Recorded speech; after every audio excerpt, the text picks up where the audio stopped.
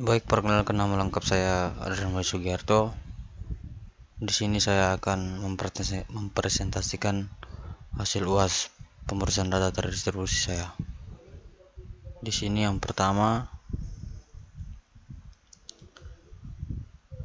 soal yang pertama, buatlah program sederhana menggunakan MPI send dan MPI rec. Yang pertama ini saya akan menjelaskan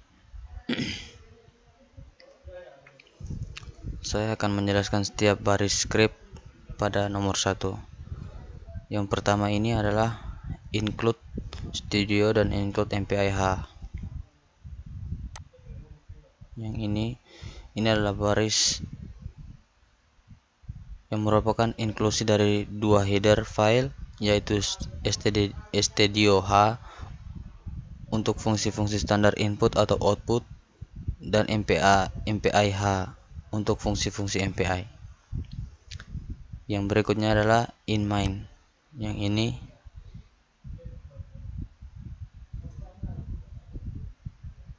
adalah analisis fungsi utama dengan dua parameter, yaitu argc yang merupakan jumlah argumen baris perintah dan argv yang merupakan array dari argumen baris perintah.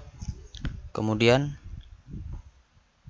in my rank sampai di double A100 adalah deklarasi variabel lokal myRank untuk menyimpan rank dari setiap proses, status untuk menyimpan status pesan MPI, dan array A yang akan digunakan untuk menyimpan data yang akan dikirim. Kemudian kita masuk di bagian MPI sampai dari MPI ini sampai di sini. Itu adalah analisis MPI. Fungsi ini menganalisis lingkungan MPI. Kemudian MPI com sampai di get rank sampai di sini, mendapatkan rank dari masing-masing proses. Kemudian dari myRank, if myRank ini sampai di print, itu adalah logika untuk setiap proses. Jika proses dengan rank 0, maka itu akan mengisi array A dan mengirimkan ke proses dengan rank 1 menggunakan MPI send. Sedangkan jika proses dengan rank 1, maka itu akan menerima data dari proses dengan rank 0 menggunakan MPI recv dan kemudian menampilkannya. Kemudian ini kita masuk di bagian add MPI sampai di MPI barrier comword. Ini adalah menambahkan MPI barrier untuk memastikan bahwa proses 0 dan 1 telah menyelesaikan tugas mereka sebelum melanjutkan. Kemudian MPI finals dan retro 0 adalah finalisasi MPI. Dengan menggunakan MPI finalis, program ini akan mengakhiri eksekusi setelah ini. Kemudian kita masuk pada bagian running. Ini adalah hasil yang dari nomor 1 yang saya sudah running.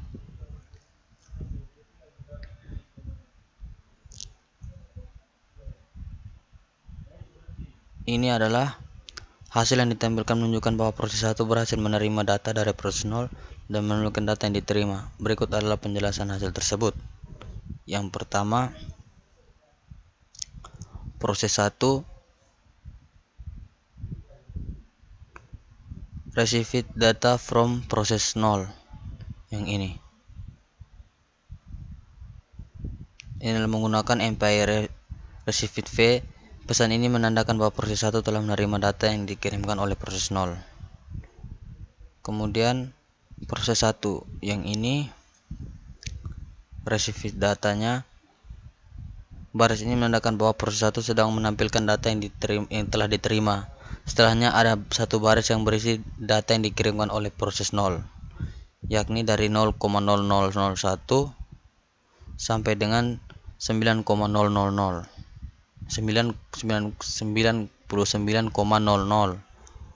Kemudian ini adalah data yang telah diterima oleh proses 1 dari proses 0. Data ini diisi oleh proses 0 pada setiap blok kode di dalam kondisi if myRank sama dengan 0. Setiap elemen array yang diisi dengan nilai yang merupakan hasil perkalian indeks dengan 1,1 proses 0. Send data to proses 1. Ini adalah pesan dari proses 1 yang menandakan bahwa data telah dikirimkan ke proses 1 menggunakan MPI send. Proses 0 mengisi array A. Oke, pada bagian nomor 1 sudah selesai. Kemudian kita pindah pada bagian nomor 2. Minta maaf di sini saya tidak menampilkan screen soalnya, saya akan membacanya saja. Yang soal yang nomor 2 adalah buatlah program sederhana untuk membedakan point to point communication antara penggunaan explicit synchronization dan implicit synchronization. Jelaskan setiap baris script kode serta perbedaan antara penggunaan explicit synchronization dan implicit synchronization. Oke, nomor 2 ini adalah yang ini.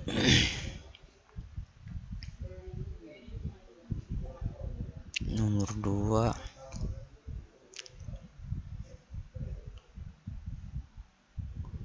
yang pertama ini, script ini adalah program dalam bahasa C yang menggunakan pustaka MPI Message Passing Interface untuk melakukan komunikasi antara proses pada suatu sistem paralel. Yang pertama adalah include stdio_h, menyatakan pustaka standar input-output untuk menggunakan fungsi-fungsi input-output standar seperti printf.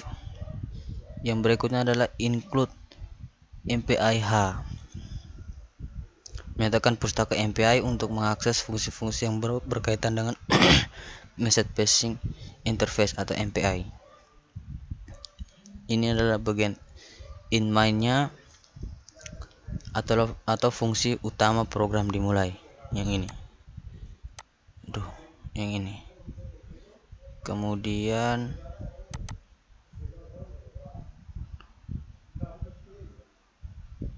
ini sampai di in size myRank. Ini adalah mendeklarasikan variabel size untuk menyimpan jumlah total proses myRank, untuk menyimpan rank proses saat ini, dan I sebagai variabel loop. Kemudian MPI in argc dan argv.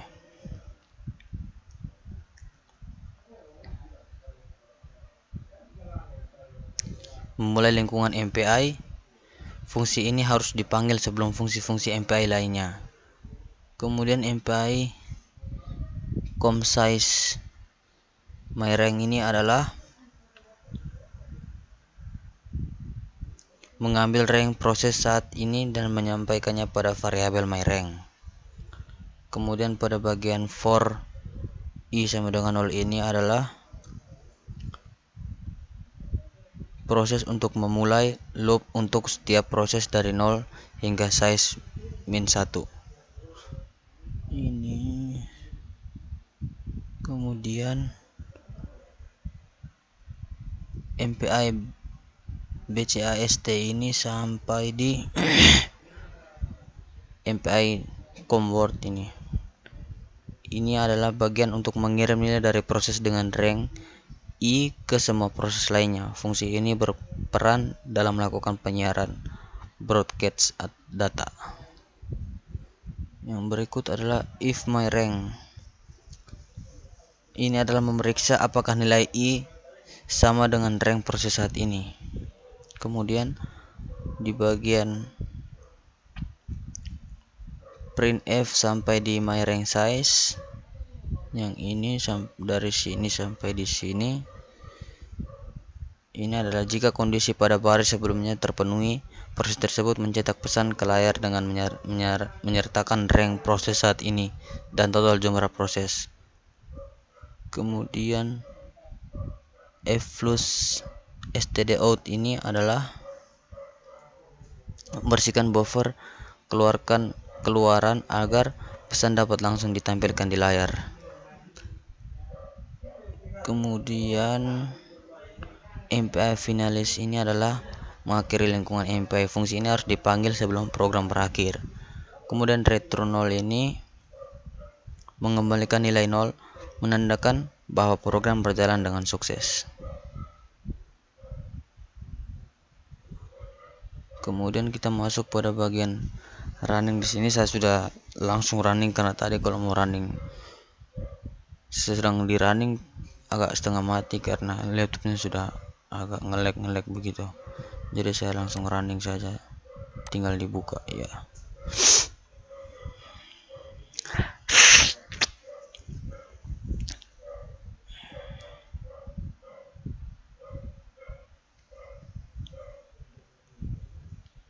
Ini adalah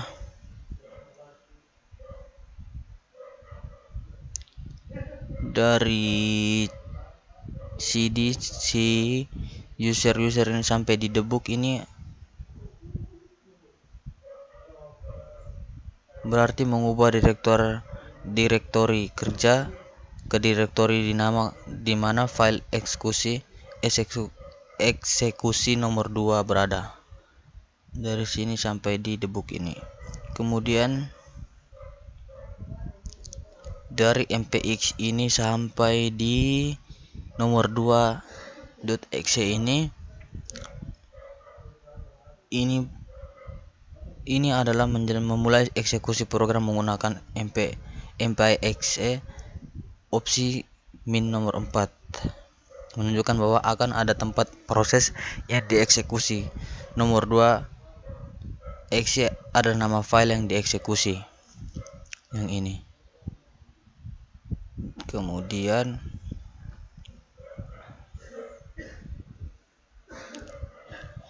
kita masuk pada bagian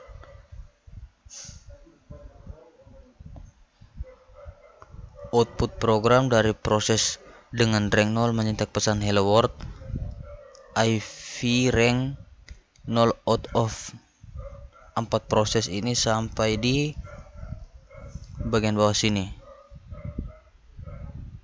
sampai di rank 3 out of 4 proses ini. Ini adalah setiap pesan yang benar mencerminkan rank dari proses yang mencetaknya dan total jumlah proses yang berpartisipasi 4 proses. Urutan pesan dapat bervariasi pada setiap eksekusi karena urutan eksekusi proses MPI tidak ditentukan.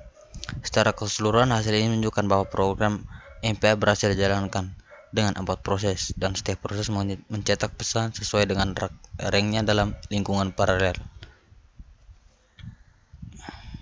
Skrip tersebut merupakan program sederhana yang menggunakan MPI untuk melakukan komunikasi antar proses. Kemudian pada satu sistem paralel, mari kita jelaskan setiap barisnya.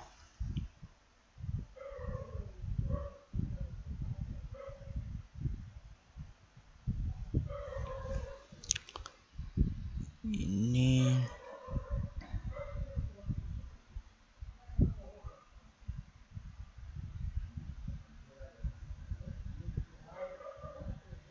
oke, nomor 2 ini sampai di sini saja sudah jelaskan. Kemudian kita lanjut pada nomor yang ketiga. Ini 2A.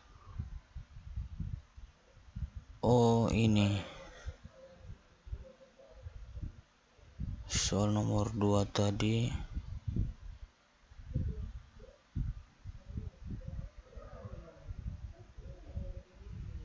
Ini studio H-nya. Oh ya, ini tadi belum jelaskan.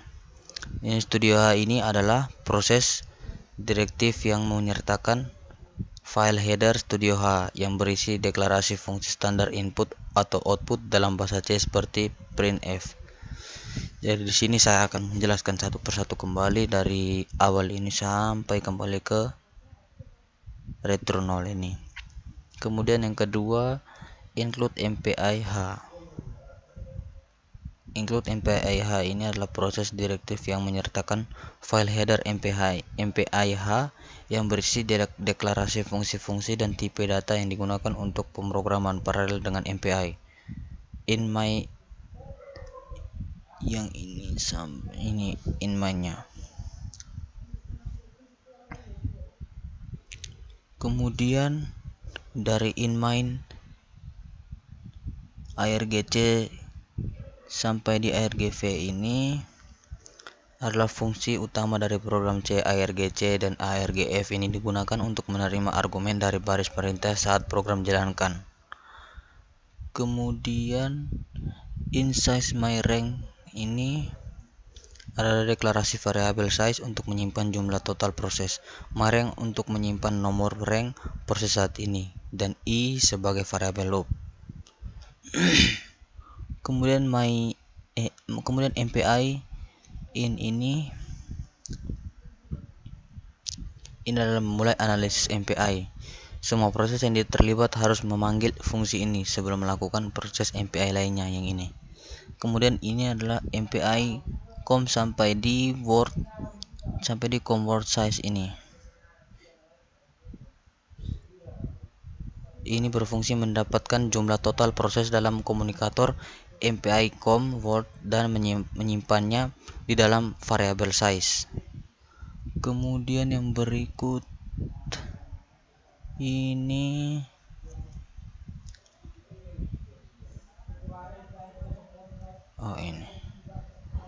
ini for i sama dengan 0 ini sampai di i++ ini adalah sebuah loop yang berjalan sebanyak jumlah total proses yang ini.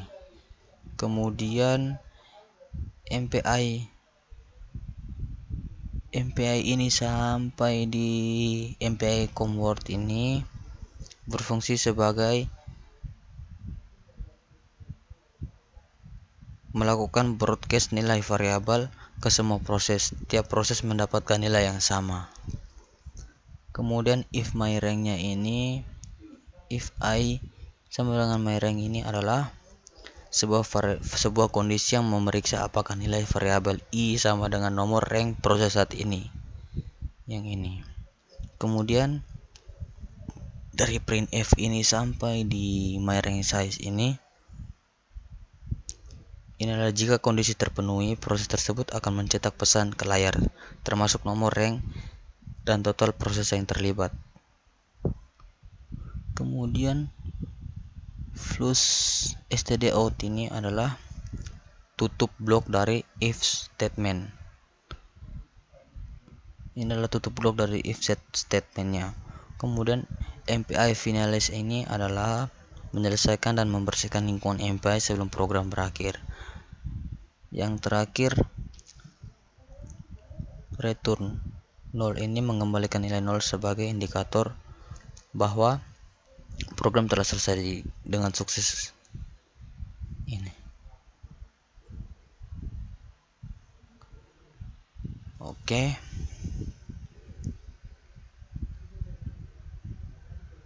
Kemudian kita masuk nomor 2 ini sudah saya jelaskan kembali secara detail. Kemudian kita masuk pada nomor yang ketiga dengan suruhan buatlah program untuk implementasi collective communication dengan pengguna global produk. Jelaskan setiap baris skrip kode yang digunakan dan jelaskan hasil yang ditampilkan. Oke, jadi ini nomor 2B nya tadi.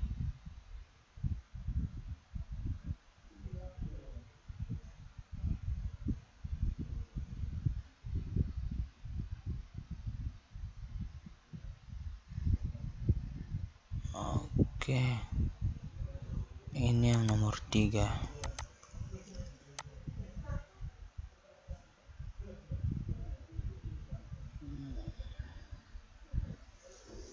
Nomor 3 ini yang pertama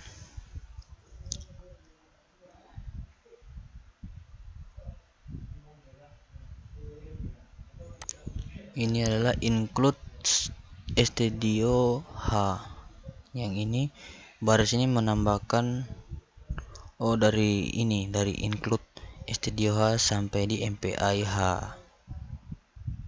Ini baris yang menambahkan 2 header file stdio_h untuk fungsi input output standar dalam MPI_h untuk fungsi MPI-nya.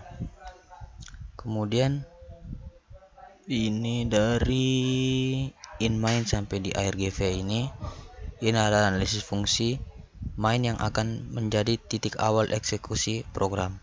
Parameter argc dan argf adalah argumen baris perintah yang memberikan jumlah argumen dan nilai argumen masing-masing.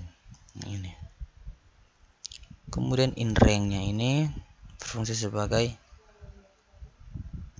dari inRange ini sampai di 10 prosesor ini. Dari sini sampai ke sini. Ini adalah deklarasi variabel range untuk menyiapkan ID prosesor saat ini. Source untuk menyimpan nilai dan yang akan dioperasikan. Result untuk menyimpan hasil operasi reduksi dan root sebagai prosesor yang akan menjadi root untuk reduksinya.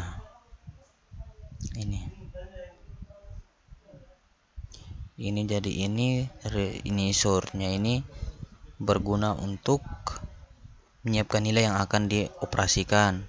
Kemudian resultnya ini menyimpan hasil operasi reduksinya. Kemudian root-nya ini berguna sebagai prosesor akan menjadikan root untuk reduksi. Kemudian MPI ini sampai di argv ini. Ini adalah analisis data MPI dengan memanggil MPI in. Fungsi ini memulai lingkungan MPI dan harus dipanggil sebelum fungsi MPI lainnya. Jadi ini harus dipanggil pertama ini. Kemudian MPI com sampai di convert range ini. Ini mendapatkan ID prosesor saat ini dengan memanggil MPI com range. ID prosesor disimpan dalam variabel range. Kemudian root sama dengan 7 ini adalah root sama dengan 7 sampai di plus 1 ini. Ini menetapkan nilai variabel root sebagai prosesor root dan source sebagai nilai yang akan dioperasikan. Dalam hal ini nilai range-nya plus 1. Kemudian MPI barrier sampai di convert-nya ini. MPI barrier memastikan bahwa semua prosesor yang menggunakan suatu sama lain sebelum melanjutkan eksekusi. Ini sering digunakan untuk membuat sinkronisasi antar prosesor. Yang ini. Kemudian dari MPI reduce ini sampai di MPI convert ini digunakan untuk melakukan operasi reduksi produk MPI prod dan nilai yang dikumpulkan dari setiap prosesor. Hasil yang disimpan dalam variabel result di prosesor root. Yang ini dari sini sampai ke sini. Kemudian if range sama dengan root ini sampai di result. Ya,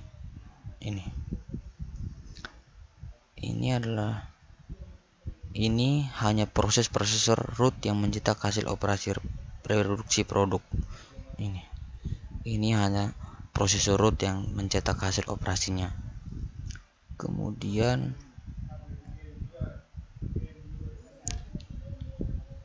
ini sama seperti tadi MPI finalis. MPI finalis digunakan untuk mengakhiri lingkungan MPI. Setelah panggilan ini tidak boleh ada panggilan fungsi MPI lainnya. Berarti setelah ini tidak boleh ada lagi data atau apapun yang dipanggil setelah memasukkan ini. Kemudian return 0 mengembalikan nilai 0, menunjukkan bahwa program selesai dan sukses. Kemudian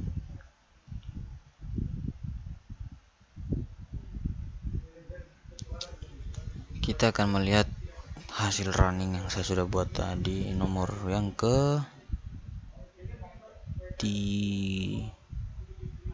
tiga.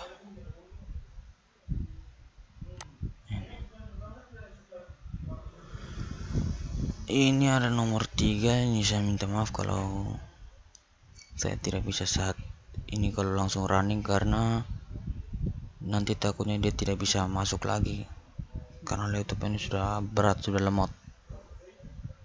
Oke, mari kita jelaskan. Yang pertama ini mana?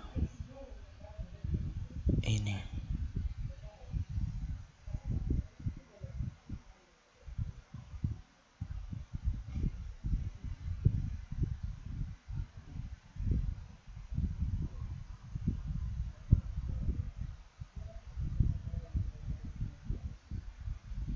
dari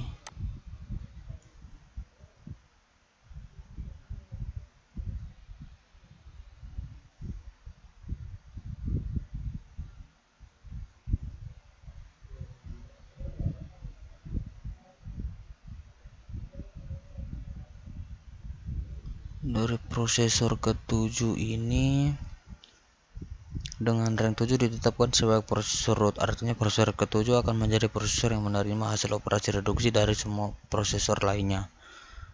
Kemudian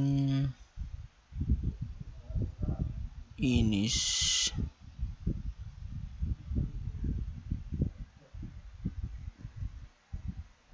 yang ini atau yang ini, sabar, kita lihat hasil runningnya dulu. Oh betul, yang ini tadi. Oke.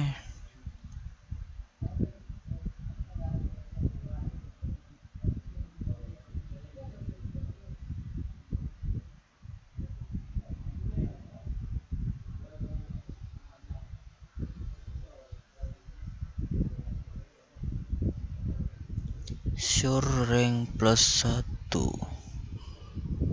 di Sure rank plus 1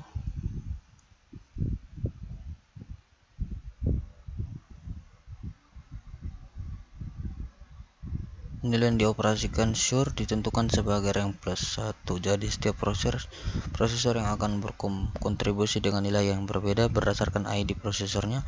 Misalnya prosesor dengan rank 0 akan memberikan nilai 1, prosesor dengan rank 1 memberikan nilai 2, dan seterusnya. Kemudian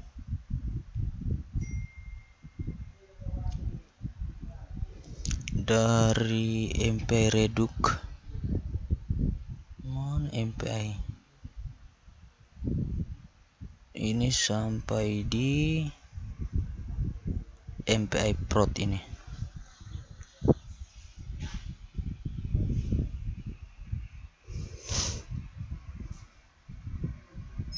Ini dilakukan pada nilai yang dikumpulkan dari setiap prosesor. Hasil yang disimpan dalam variabel result di prosesor root, prosesor ke-7 dalam kasus ini. Jika menghitung produk dari nilai yang diberikan oleh setiap prosesor, maka hasil dari produk ini semua nilainya.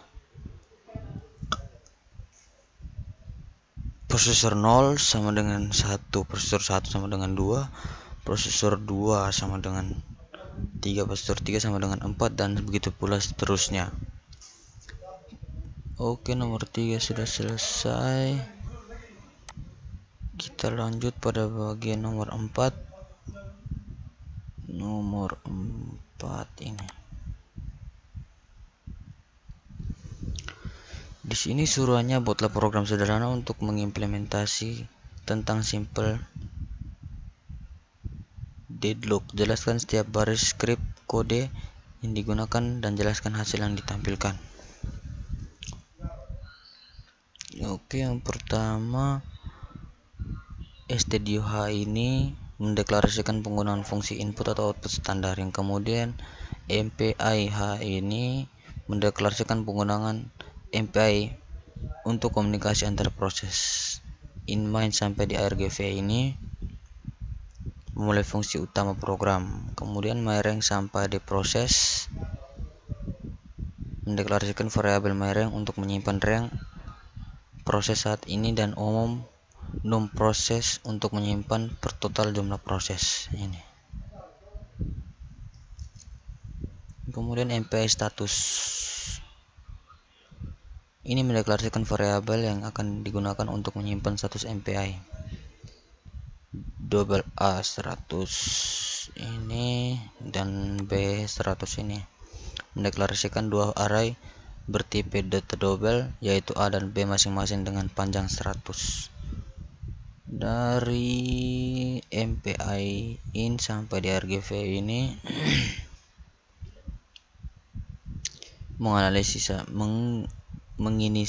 menginisialisasi lingkungan MPI. Fungsi ini harus dipanggil sebelum operasi lainnya, yang ini.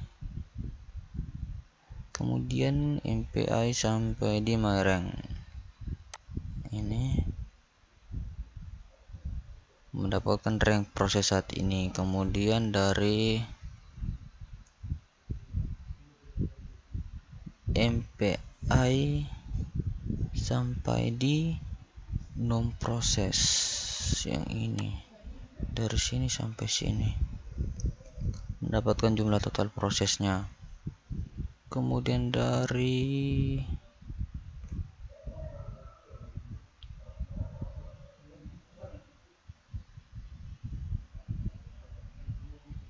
if my rank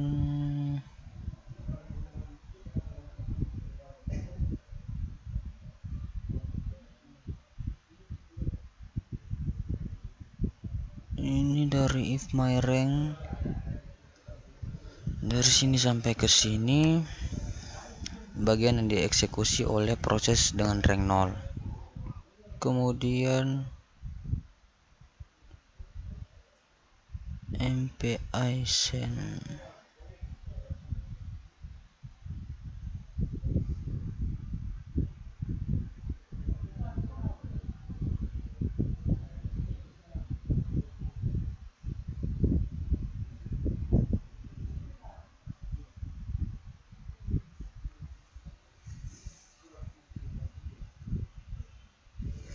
ini. Kemudian kita masuk di bagian ini.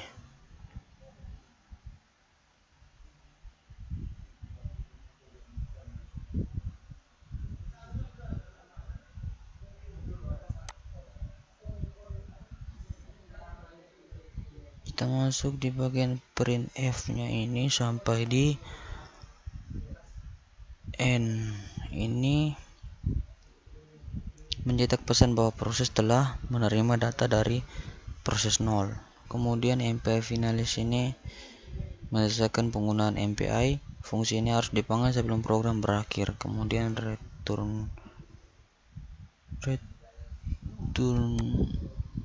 ini mengembalikan nilai 1 sebagai induksi bahwa program berjalan dengan sukses. Kemudian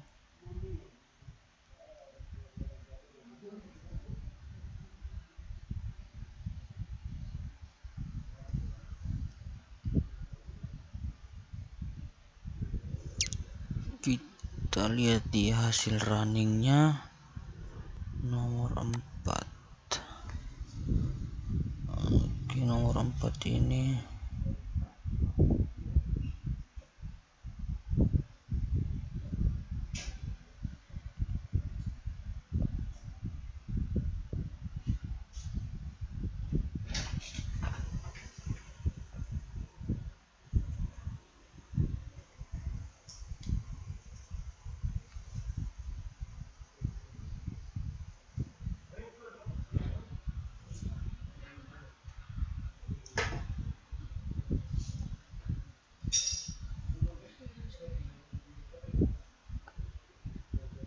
kemudian ini saya akan menjelaskan hasil dari runningnya.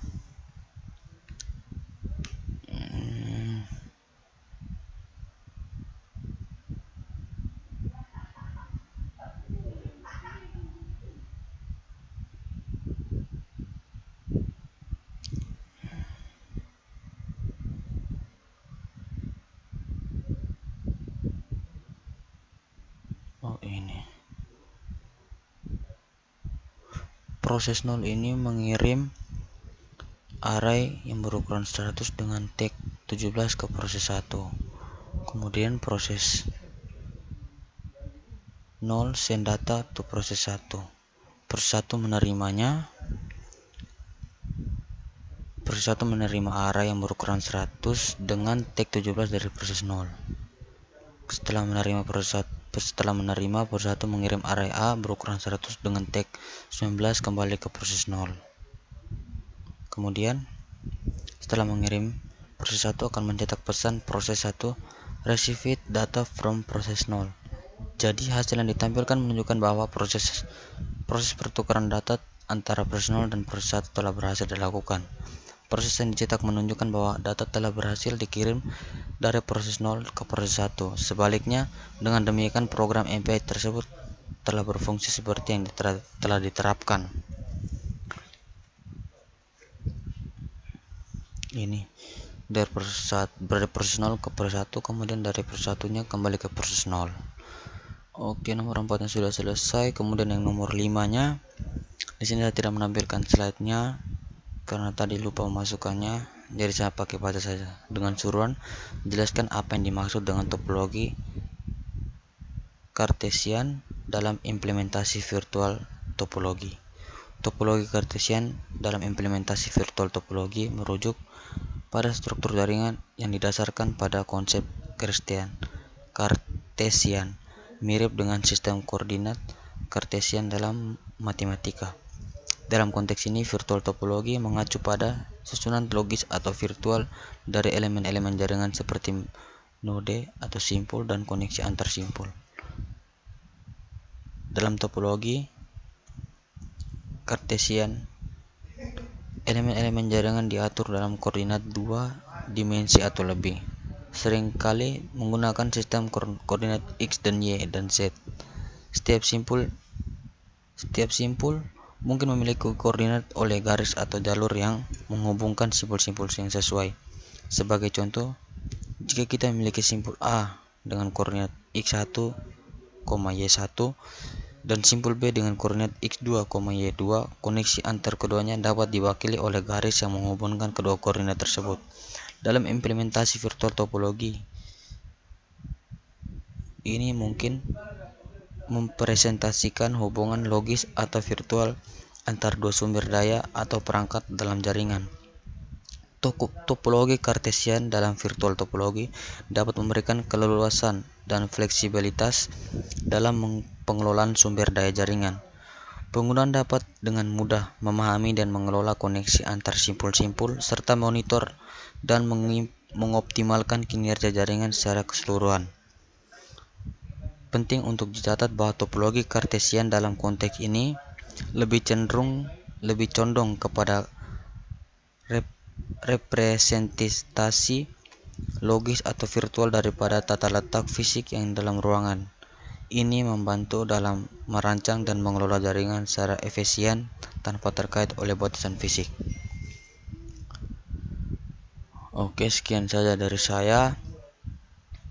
Jika ada salah kata atau hal yang kurang berkenan, saya mohon maaf. Atau ada kesalahan, saya mohon maaf karena di sini saya juga masih belajar. Sekian dan terima kasih.